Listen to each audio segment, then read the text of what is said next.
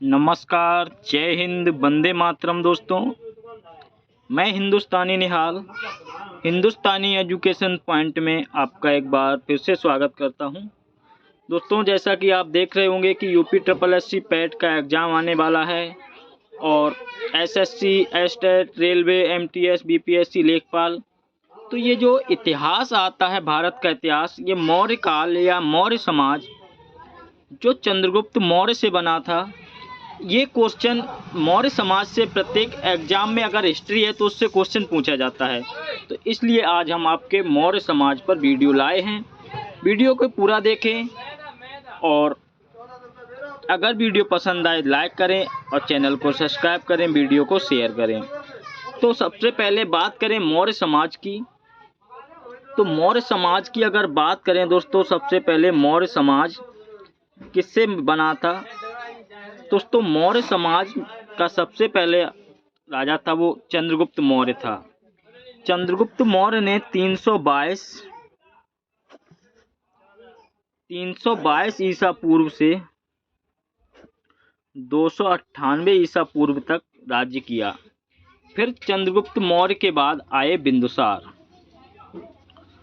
और दोस्तों, अगर चंद्रगुप्त मौर्य की बात करें तो चंद्रगुप्त मौर्य थे, इन्होंने चाणक्य, और चाणक्य का नाम एक दूसरा था विष्णुगुप्त।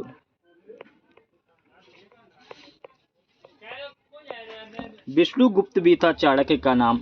इनकी सहायता से जो अंतिम नंदवंशी शासक था घनानंद को हराकर ये नंदवंशी शासक था, उसको हराकर 25 वर्ष की आयु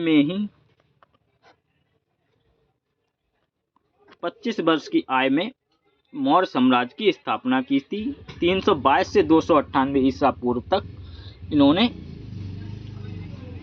अपना राज्य चलाया। उसके बाद इनका पुत्र बिंदुसार आया। बिंदुसार के बाद बिंदुसार 298 से 272 तक चला। फिर इसके बाद बिंदुसार इनका पुत्र था। बिंदुसार के बाद अशोक आए। अशोक 268 से 232 तक आए। 32 तक के लिए फिर दशरथ, फिर संप्राप्ति, फिर शालीशुक, फिर देववर्धन, फिर शतधन्वा, फिर बृहदत्त। दोस्तों, सबसे ज़्यादा पूछा जाता है आपका मौर्य वंश में चंद्रगुप्त मौर्य, बिंदुसार और अशोक से, और ज़्यादा पूछा जाता है तो देववर्मन से। तो आइए स्टार्ट करते हैं आज के क्वेश्चन। पहला क्वेश्चन आपका, मौर्य साम्राज्य की राजधानी कहाँ स्थित थी? दोस्तों, ये आपका क्वेश्चन है, ये आपका क्वेश्चन आया हुआ क्वेश्चन है। मौर्य साम्राज्य की राजधानी कहाँ स्थित थी?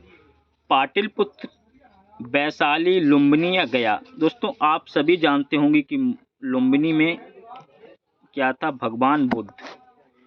लुम्बिनी से क्या था? बुद्ध, यानी गौतम बुद्ध। और पाटलिपुत्र की बात करें अगर, तो पाटलिपुत्र थी जो मौर्य साम्राज्य की राजधानी थी। तो आपका ए ऑप्शन सही होगा। ऑप्शनल क्वेश्चन है, साथ में आपको डीपली नॉलेज भी देते हुए चलेंगे। बात करते हैं नेक्स्ट क्वेश्चन पर आपके, कौटिल्य द्वारा रचित प्रसिद्ध पुस्तक कौन सी है?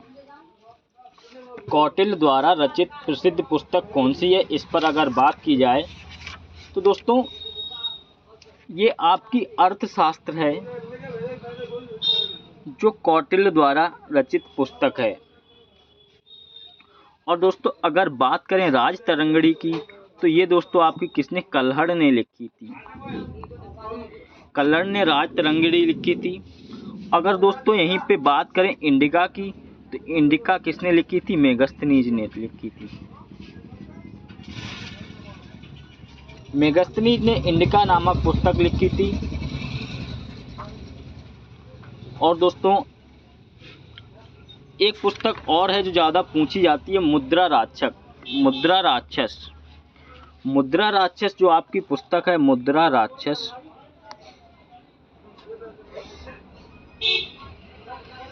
वो दोस्तों किसने लिखी थी? विशाख दत्त ने लिखी थी।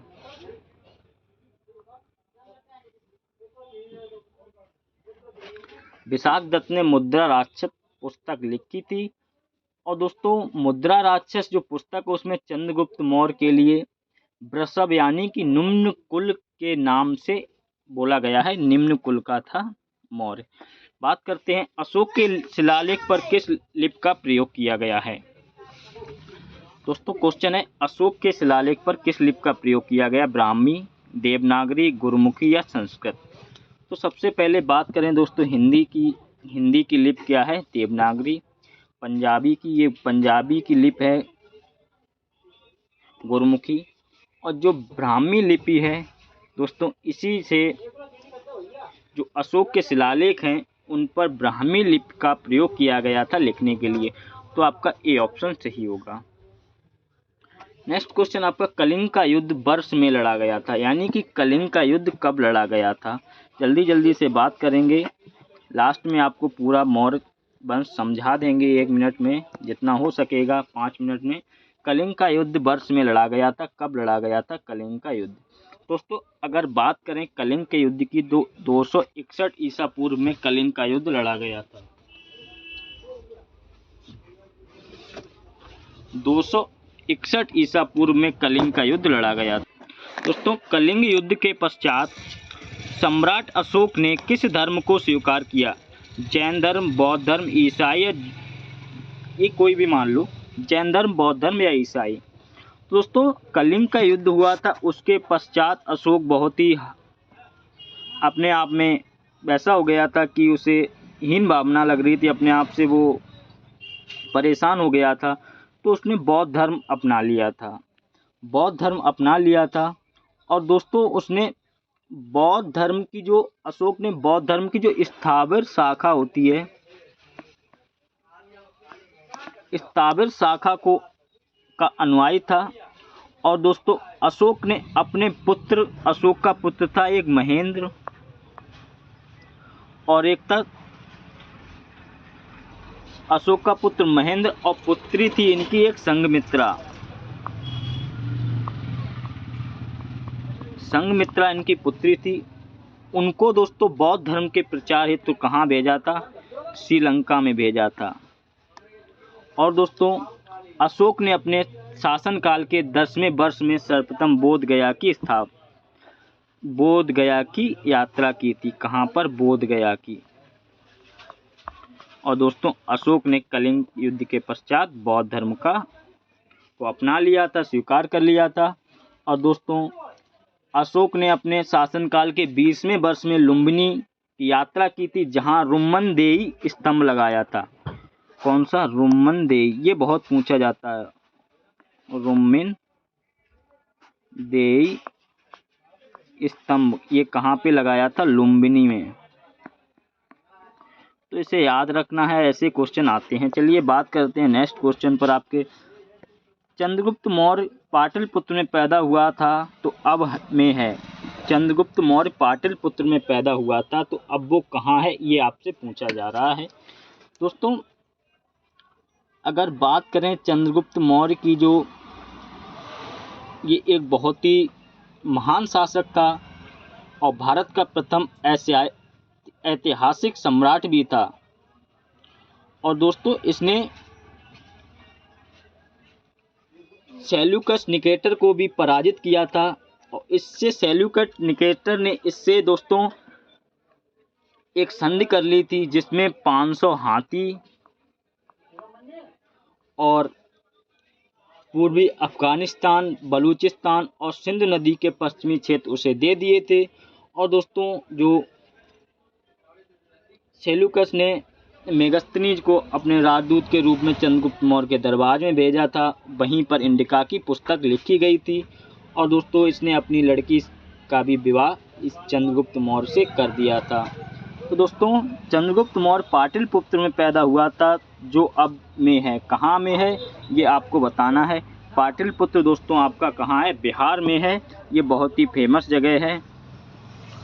चंद्रगुप्त मौर्य में पैदा हुए थे। चंद्रगुप्त मौर्य कब पैदा हुए थे ये आपको बताना है। क्वेश्चन नंबर 7 है आपका, चंद्रगुप्त मौर्य कब पैदा हुए थे। तो दोस्तों चंद्रगुप्त मौर्य की अगर बात करें तो 340 ईसा पूर्व में पैदा हुए थे। और दोस्तों इन्होंने 322 ईसा पूर्व से 297 ईसा पूर्व तक अपना राज्य चलाया था। उसके बाद इनका पुत्र था जो बिंदुसार, इनकी मृत्यु हो गई थी तो बिंदुसार आ गया था। बिंदुसार के बाद इनका पुत्र अशोक आ गया था। अशोक के बाद दोस्तों इनका पुत्र कौन आया था? इनका पुत्र दूसरा आ गया था, उसने शुंग वंश की स्थापना की थी। बिंदुसार किसका पुत्र था? क्वेश्चन नंबर 8 है आपका, बिंदुसार किसका पुत्र था? तो बिंदुसार आपके चंद्रगुप्त मौर्य का पुत्र था। चंद्रगुप्त मौर्य का पुत्र बिंदुसार था। बिंदुसार का पुत्र अशोक था। अब बात करते हैं नेक्स्ट क्वेश्चन पर।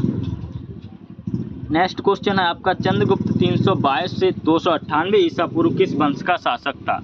तो दोस्तों ये आपका क्वेश्चन है, तो इसमें तो आप सभी जानते होंगे मौर्य वंश का शासक था। मौर्य वंश, और बाद में उसने बौद्ध धर्म अपना लिया था। महान अशोक। नेक्स्ट क्वेश्चन आपका, महान अशोक 273 से 232 ईसा पूर्व तक किस वंश के शासक थे? तो मौर्य वंश के शासक थे। इसमें टाइम नहीं लगाना है, जहां पर बताना होगा वहां पर बताएंगे। सांची में स्थित बौद्ध स्मारकों का निर्माण किसने किया था? दोस्तों सांची में स्थित बौद्ध स्मारकों का निर्माण किसने किया था? मुगल राजवंश, मौर्य राजवंश, गुप्त राजवंश, चोल राजवंश। अगर दोस्तों इनकी बात की जाए तो आप सभी जानते होंगे कि मौर्य राजवंश था, उन्होंने बौद्ध स्मारकों का निर्माण कराया था, क्योंकि जो मौर्य वंश का शासक था चंद्रगुप्त मौर्य, और अशोक था, उसने दोस्तों बौद्ध धर्म अपना लिया था और 10वीं अपने 10वें वर्ष में बोध गया की यात्रा की थी। 20वीं में रुमनदेही स्तंभ लगवाया था लुम्बिनी में। और दोस्तों लुम्बिनी ग्राम को, जो लुम्बिनी ग्राम था, उसे दोस्तों कर मुक्त भी कर दिया था इसने। ये बात भी याद रखें, 20वें वर्ष में कर मुक्त कर दिया था। और दोस्तों सांची में बौद्ध स्मारकों का निर्माण किसने कराया था? तो मौर्य राजवंश ने कराया था। नेक्स्ट क्वेश्चन है आपका, चाणक्य को नाम से भी जाना जाता है। दोस्तों चाणक्य को कौटिल्य या विष्णुगुप्त के नाम से भी जाना जाता है। विष्णुगुप्त के नाम से भी जाना जाता है, तो आपका सी ऑप्शन सही हुआ। अब बात करते हैं नेक्स्ट क्वेश्चन पर। नेक्स्ट क्वेश्चन है आपका, चाणक्य किसके प्रमुख सलाहकार थे? तो दोस्तों आपको शुरू में ही बताया था, चाणक्य के जो चाणक्य था वो चंद्रगुप्त मौर्य का सलाहकार था। और दोस्तों इन्हीं का नाम कौटिल्य और बाबर, अकबर, तो ये आपके मौर्य वंश के थे।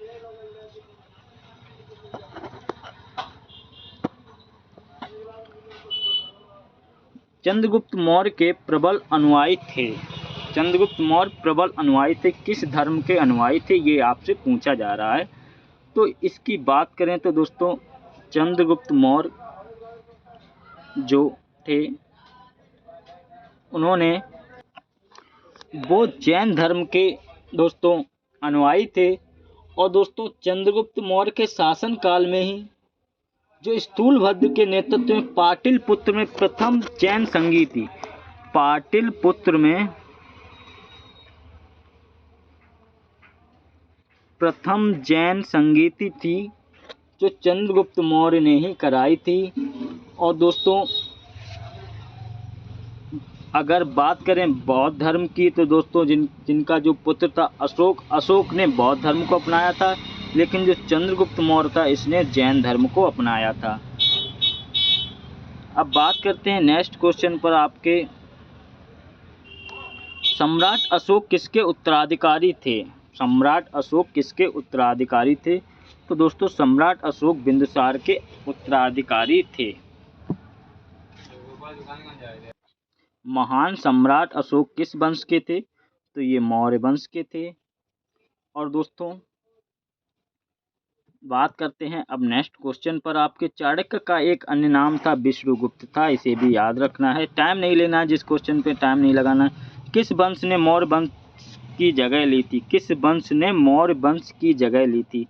तो दोस्तों जो मौर्य वंश का शासक था, अंतिम शासक था कौन? बृहद्रथ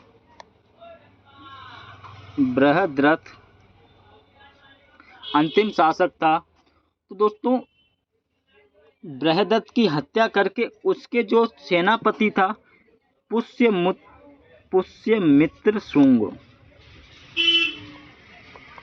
पुष्यमित्र शुंग था जो बृहदत्त था, अंतिम शासक था मौर्य वंश का, उसका जो सेनापति था पुष्यमित्र शुंग, ये गलत लिखा है थोड़ा सही कर लें, पुष्यमित्र शुंग ने 184 ईस्वी में ब्राह्मणवादी शुंग वंश की स्थापना की थी। और दोस्तों शुंग वंश की जो राजधानी थी वो विदिशा थी। क्या राजधानी थी? विदिशा, विदिशा थी राजधानी। और दोस्तों पुष्यमित्र के शासन काल की सबसे महत्वपूर्ण घटना की अगर बात करें तो यवनों का भारत पर आक्रमण एवं विजय के उपलक्ष्य में पुष्यमित्र ने 2 अश्वमेध यज्ञ कराए थे। और ये दोस्तों किस वंश ने मौर्य वंश की जगह ली थी? तो शुंग वंश ने मौर्य वंश की जगह ली थी, क्योंकि बृहदत्त की हत्या करके जो उनका सेनापति था पुष्यमित्र शुंग, उसने 184 ईस्वी में अपने शुंग वंश की स्थापना कर ली थी। नेक्स्ट क्वेश्चन है आपका, मौर्य वंश का अंतिम सम्राट कौन था? मौर्य वंश का अंतिम सम्राट कौन था? तो अभी आपको बताया था बृहदत्त था अंतिम सम्राट। इन्हीं की मृत्यु करके शुंग वंश की स्थापना की गई थी, और जो कब की गई थी? 184 ईसा पूर्व में। अब नेक्स्ट क्वेश्चन आपका, विख्यात सांची स्तूप किसने बनवाया था? विख्यात सांची स्तूप किसने बनवाया था? तो दोस्तों अगर बात करें सांची स्तूप, विख्यात सांची स्तूप, तो ये अशोक ने बनवाया था। और दोस्तों अगर अशोक के शिलालेखों की बात करें तो अशोक ने बहुत से शिलालेख बनवाए हैं, जैसे कि सर्वाधिक अभिलेख प्राकृत भाषा में, जो शिलालेख हैं उनके सर्वाधिक प्राकृत भाषा में अभिलेख हैं। ब्राह्मी लिपि में है, खरोष्टी में है, अरमाइक में है, ग्रीक लिपियों में लिखते हैं। लेकिन दोस्तों जो आपके अशोक के अभिलेखों में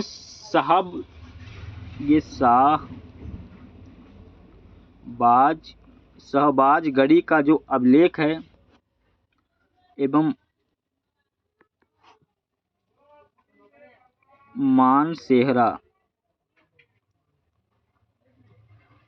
मानसेहरा वाला है, ये दोस्तों आपका अभिलेख खरोष्टी लिपि में है। और दोस्तों अशोक के तक्षशिला एवं अफगानिस्तान के जो अभिलेख हैं वो आपके अरमाइक लिपि में है। और दोस्तों जो अफगानिस्तान का अरमाइक एवं ग्रीक भाषा में भी लिखे हुए हैं।